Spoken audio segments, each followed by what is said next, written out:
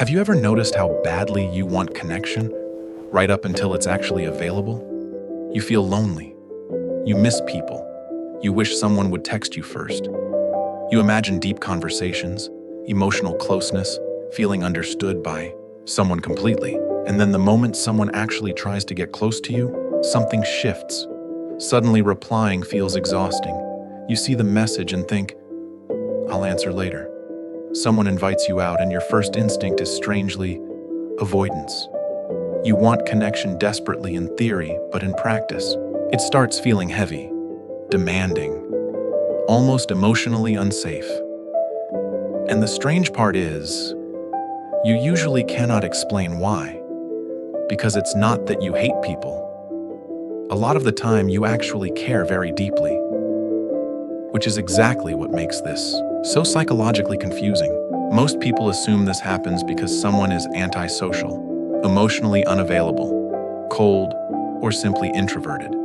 But the real reason is usually much deeper than that. Because what you're experiencing is often not a lack of desire for connection. It's a conflict between your desire for closeness and your nervous system's fear of what closeness might cost you. And once you see that conflict clearly, a lot of your behavior suddenly starts making uncomfortable sense. Let me show you something subtle. There's a difference between wanting connection and feeling safe inside connection. A huge difference. You can crave emotional intimacy and still feel overwhelmed the moment it becomes real. In fact, those two things often exist together. That's why some people spend hours imagining conversations they never start, why they refresh their messages, hoping someone reaches out, and then avoid replying once it happens. Why they feel lonely in crowded rooms, why they miss people while simultaneously wanting everyone to leave them alone. Human beings are full of contradictions like that. And this contradiction usually starts earlier than people realize, because your brain learns what connection feels like long before you consciously understand relationships. It learns whether closeness feels calming, unpredictable, emotionally demanding, or unsafe. For some people, connection became associated with pressure very early in life. Pressure to perform emotionally, pressure to manage other people's feelings, pressure to avoid conflict, pressure to stay emotionally available even when overwhelmed. So now, as an adult, closeness doesn't just feel comforting, it also quietly feels like responsibility. And responsibility is exhausting when your nervous system already feels overloaded. This is why some people disappear the moment relationships start becoming emotionally real. Not because they stopped caring, sometimes because they started caring too much. And this is where it gets interesting. Your brain is constantly trying to predict emotional outcomes before they happen. It's one of the nervous system's main jobs. Predict stress, predict pain, predict rejection, predict emotional overload. So if closeness has historically led to disappointment, pressure, criticism, emotional unpredictability, or feeling trapped, your brain starts treating intimacy itself like a potential threat, even when you consciously want it. That's why you can sit alone feeling disconnected for hours, while simultaneously avoiding the exact people you miss. Because your emotional brain and your logical brain are not always operating on the same system. Logically, you want connection. Emotionally, your nervous system is whispering, careful, and nervous systems are persuasive, especially exhausted ones. Think about how many modern relationships exist almost entirely through constant accessibility now. Messages, notifications, replies, seen receipts, social expectations, emotional availability on demand. There's no natural silence anymore, no psychological breathing room. And for people who already feel emotionally overstimulated, connection can slowly stop feeling nourishing and start feeling like maintenance. Every unread message becomes a task. Every conversation feels like energy expenditure. Every reply carries invisible emotional weight, especially for people who overthink how they come across.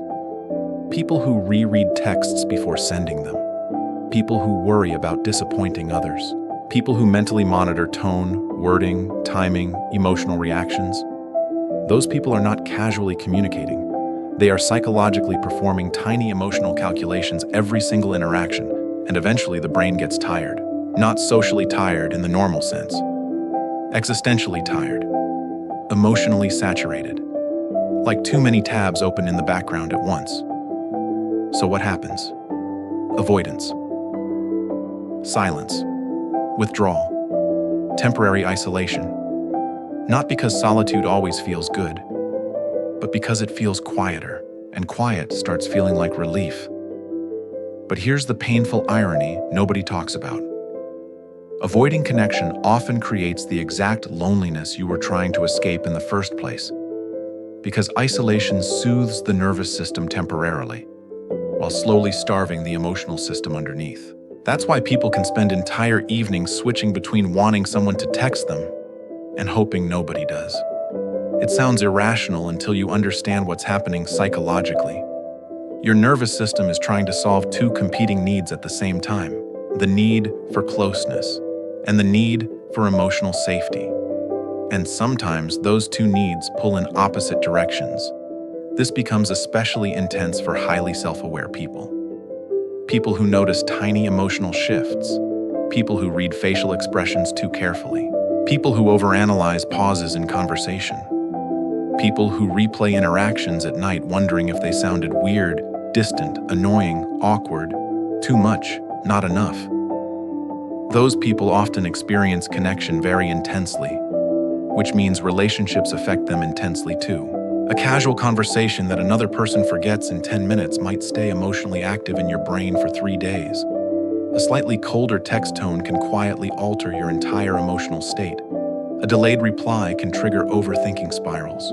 Your logical mind knows are irrational, but your nervous system reacts to anyway. And because relationships feel emotionally loud internally, distance starts feeling emotionally regulating, like turning the volume down. That's why some people isolate after socializing, why they disappear after emotionally vulnerable conversations, why they suddenly need alone time after feeling too emotionally exposed. Not because the connection was meaningless, sometimes because it meant too much. And honestly, this is where many people misunderstand themselves completely. They think, maybe I'm just bad at relationships. But often, they are not bad at connection at all. They are emotionally overloaded by the intensity of caring. That's different. Very different. There's actually fascinating research around attachment patterns showing that people with anxious and avoidant tendencies often experience the exact same core fear underneath. Emotional instability. They just respond differently. One moves closer, one pulls away. But both are trying to regulate emotional uncertainty. Which means sometimes the person avoiding closeness is not emotionally detached at all. Sometimes they're emotionally flooded. That distinction changes everything.